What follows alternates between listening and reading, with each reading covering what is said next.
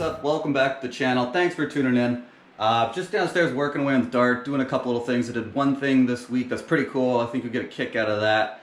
But this video here, I'm going to shoot it a little different. I'm going to actually do more like a vlog style. This is how a lot of the YouTube car channels work. They just kind of fire the camera on, show you what they're doing, and just kind of flow with the camera. So I'm going to try that out today. Let me know if you guys like it. I'm also going to shoot it all on the GoPro. So no iPhone on this one, just GoPro. And I think the GoPro actually takes better video. Let me know if you guys like this, if you like the new style, or a mashup of the two. Race day videos were always kind of like a vlog style. So do let me know. But I'll show you guys what's going on today. So here we got the dart. It's all jacked up. And then I just finished removing that front sway bar. So a lot of you guys might say, oh, you can't drive a street car, no front sway bar. And then some of you guys will say, oh, I've driven one for years without a front sway bar.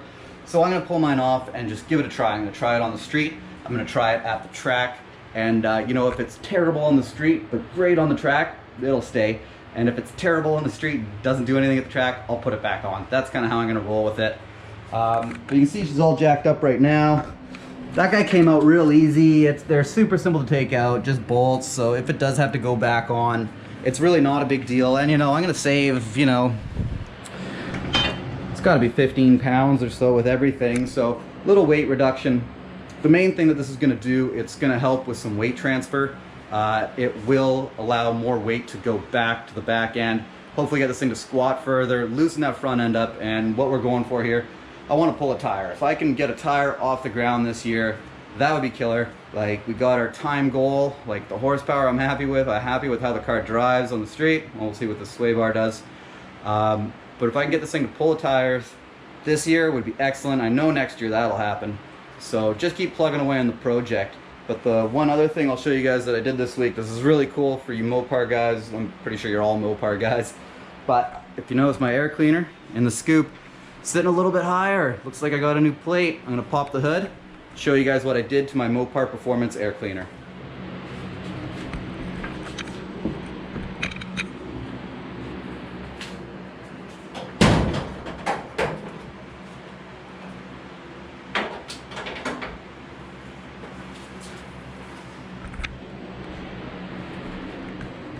So check that out. That is a Mopar Performance air cleaner, but I've outfitted it with a K&N filter.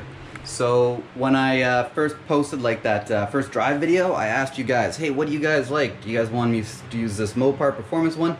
You guys want a K&N? What's up? Everybody pretty much came back, said 50-50. It was like, keep the Mopar Performance, and the other 50% everybody's like, put a K&N on it. So I started searching around, and of course, if you guys have this cleaner, this lid, you know that Mopar made these things a funny size. They're 12 3/4 by like 2 3/4, and nobody makes a filter to fit them. So I ended up digging around. I found a K&N that was slightly smaller. So this is a 12 inch diameter by 3.5. So a little bit more height, a little less diameter, but it'll still give me the height. Plus the K&N, much better filter than the paper style filter. And then I took my plate in and I had it water cut the diameter down to match the new filter, and then I made my own custom flat base there. TIG welded some little tabs on it just to keep the filter in line. Had this guy water cut out of 1/8 aluminum, kept it flat, put a 1 or a 1/2 inch air filter spacer on it, just got that off Summit, just gets it above the nut for the float there, so that's perfect. 1/2 inch did that, plus the 1/8 sitting on top of the 1/2 inch, if anybody's interested in that. And I got that thing off Summit for like 10 bucks or something. Had this plate cut, had that guy cut, and then welded it all up. I didn't make a full video on that just because most of my fab videos nobody really watches, so I figured I'd show you guys the end product. If you guys got any more questions about how I did that, just hit me up in the comments. I'll get back to you, because you know, I felt kind of bad I didn't film that, but those videos are pretty hard to make. I got to do them after hours at my work, and it's just difficult to do. So it's a lot easier for me just to fire that thing together without filming it. So I apologize if you wanted to see that, but if you got any questions, I will answer anything. I'll show you the difference in the two filters now too, why I did this. So up here into garage 2. So this is like the stock style filter. So this guy here, I just cut on the bandsaw just for a temporary. Just that way I had one if I needed it. But this is the Mopar filter. And you can see it's just a regular paper filter. It's kind of thin, probably lagging in performance, especially compared to a K&N. But this is the real kicker, the base. So you see, if you put this guy on here, the amount of airflow, it's got to go in, and then it's got to go up and down and in. Whereas if you have a flat base like the one we made, the air can just travel straight across, down and in. Engine Masters did a really good episode on air filters. If you guys haven't seen Engine Masters, it's absolutely phenomenal. It's roadkill guys, and they just sit in the dyno, test all the theory. But like, look at the inside of this. So that is killer. That's full filter action, and then the air can drive straight across, right down into the carb. Now you're probably gonna say I should mill off that choke horn, and yeah, I'm thinking that's probably gonna happen, or upgrade carbs eventually. But for now, that'll stay. So I'm really stoked on that thing, and it actually puts it up into the scoop higher. So really cool mod, and you know, done fairly easily. You can definitely do it easier. You can just buy a base for these things. You might have to go to like an 11 or something to get a flat base. That's why I made my own, just because I wanted the 12-inch diameter. And I think a 12-inch filter on the small block looks really good. Like, it just sets the engine off a little bit more, makes the whole engine look bigger. Really digging that. Okay, so I've done one other thing this week too. I got the car back on the ground now. You can see her there. So I actually went ahead and removed my mechanical fan. So you guys have been bugging me since you first seen the car about the fan system and the cooling system, and everyone was telling me I didn't have a fan shroud and my car was going to overheat and I was going to blow head gaskets. The engine's never gone over like 190. It stays very cool. I'm going to show you guys a couple of the things I've done to it. So it does have obviously a large aluminum radiator, clearly. It's got the high flow pump, and then that genuine Simpson Speed Parts AN top hose system. And then obviously when the engine was rebuilt, we cleaned out the block thoroughly, so there's no stuff laying around in any of the water passages. So the engine stays very cool by itself. And on top of that, as a bonus, I do have an electrical fan in the front here. I don't know if you guys noticed that or heard me talking about it in one of the race day videos. So it's just set on a temperature switch that I got over here.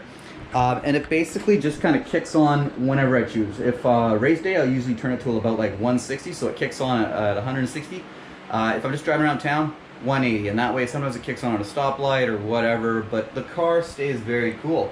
It's never gone over 190. I've never overheated in the car. When I first started putting video of the car up and stuff of the engine, everybody was all over me about the mechanical fan, and yes, eliminating it, you will gain 15 horsepower. Again, on Engine Masters, they tested all that kind of stuff. So I do know that eliminating it will increase horsepower. I jumped on Summit Racing though, and I can't find a pull style fan for it. Everything seems to be out of stock. So I went ahead, I took the mechanical fan off, I turned my electrical fan way down, fired the car up. I did this last week, and I just went for a little cruise, and it never went over 190. It went to about 180, and then was kind of hung out there for a little bit, and then it did go up to about 190 as I was like pulling in the driveway. I never went on the highway. I just kind of putted around. Had the fan in the back seat, of course, just in case it got too hot. But it was decent. So today I'm going to do another test, and we're going to go for a little cruise here. On the cruise, we can test our sway bar removal, and we're going to test this system as well. Now, if I just turn that fan on right away, it'll probably do the same thing. What I want to do is actually get the car hot to like 200, then turn the fan on, and then try driving around. And if it can pull the temperature out of the engine, like get it below 200, then it should be good to go for a race day or whatnot. I do plan on obviously putting a bigger fan in there as soon as Summit gets what I require back in stock. But let's try this out. Let's fire her up, get her out of the garage, and test this out on the street.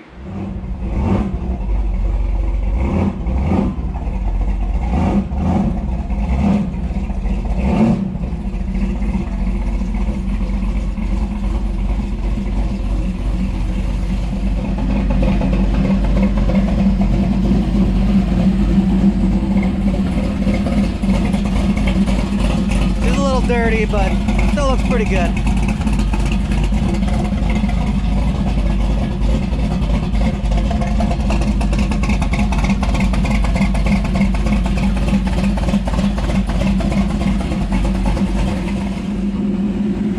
So I got that electrical fan turned all the way, so it shouldn't come on. Yeah, no, it's not not spinning. So we'll get it up to temperature, and then we'll hop in and just putt around the neighborhood. See if we can pull the heat out just using that front fan. And then just in case, I do have a mechanical fan and a couple wrenches in the back. But I'm semi-confident, but not too confident this will work. If I gotta put it back on for the last 2 races, then that might be the case, but we'll see how she goes.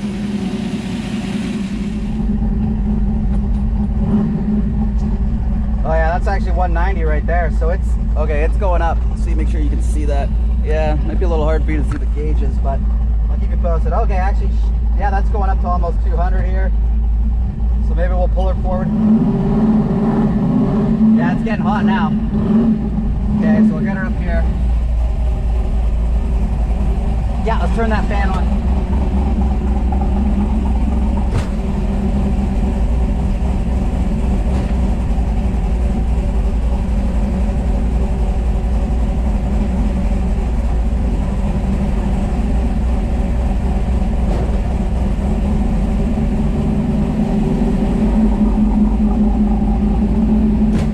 Okay, fan is on. It's right at 200 now, so this is the test.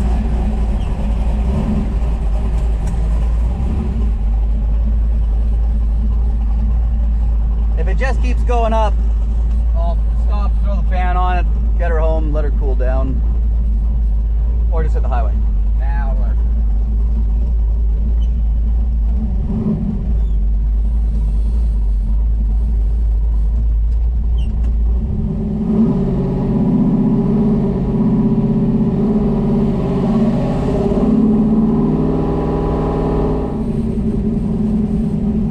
right here. I mostly want to simulate like staging lane kind of activities, right? Race day stuff. If I get it on the highway, I know the temperature is going to come right down. It's actually coming down a little bit right now. We'll do this kind of a move, just kind of stop for a minute.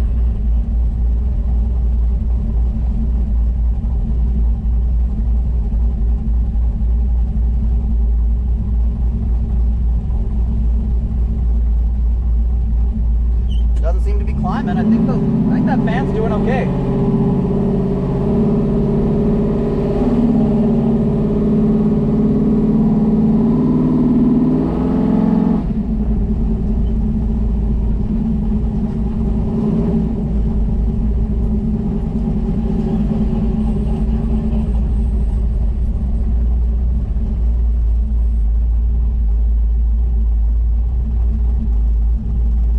Still under 200.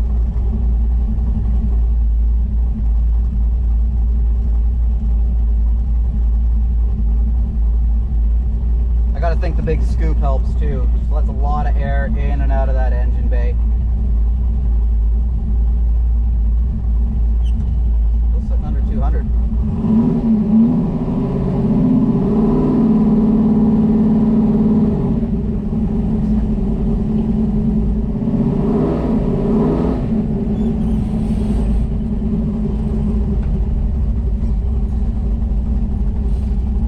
Start moving at all, it comes down a little bit, and then sitting it seems to go back up close to 200, but you know, it still hasn't gone over 200.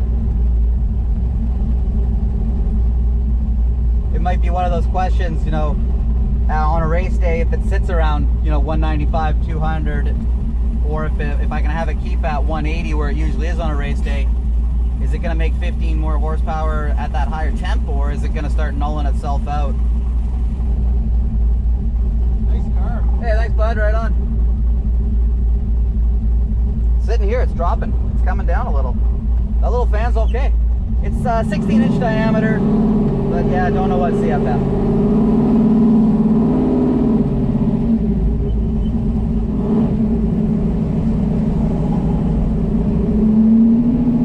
Oh right, I totally forgot about the sway bar. I can't tell the difference so far, but I never really pull this thing into corners real hard anyway. Just putting around my neighborhood, I guess I wouldn't really feel it. We're gonna hit the highway here, see if the temperature comes down. The temperature's coming down as soon as we get moving. See if we can feel the sway bar here.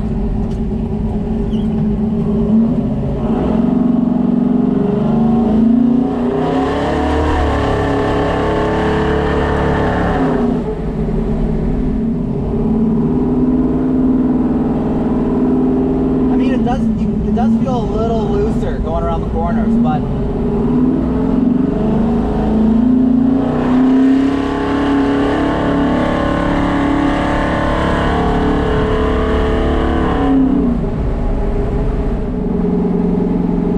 it's dropped down to like almost 180 now.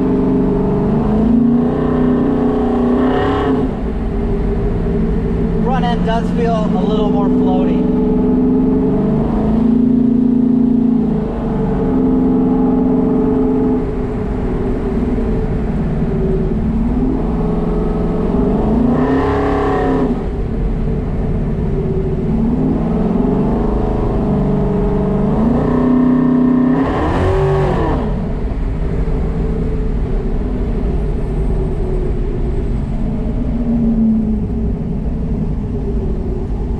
Traffic action. We're sitting at just under about 185. Not much traffic. Nice Chevy truck over there.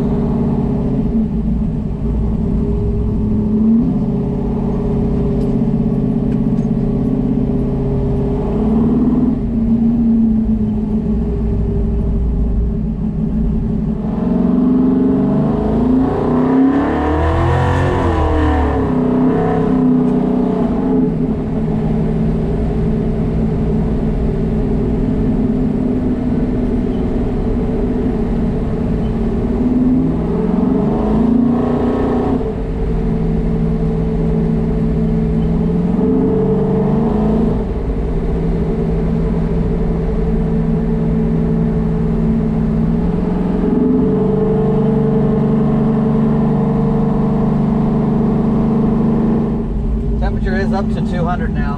Coming off the highway, slowing down, getting into like slower areas. Seems like it's raised up a little.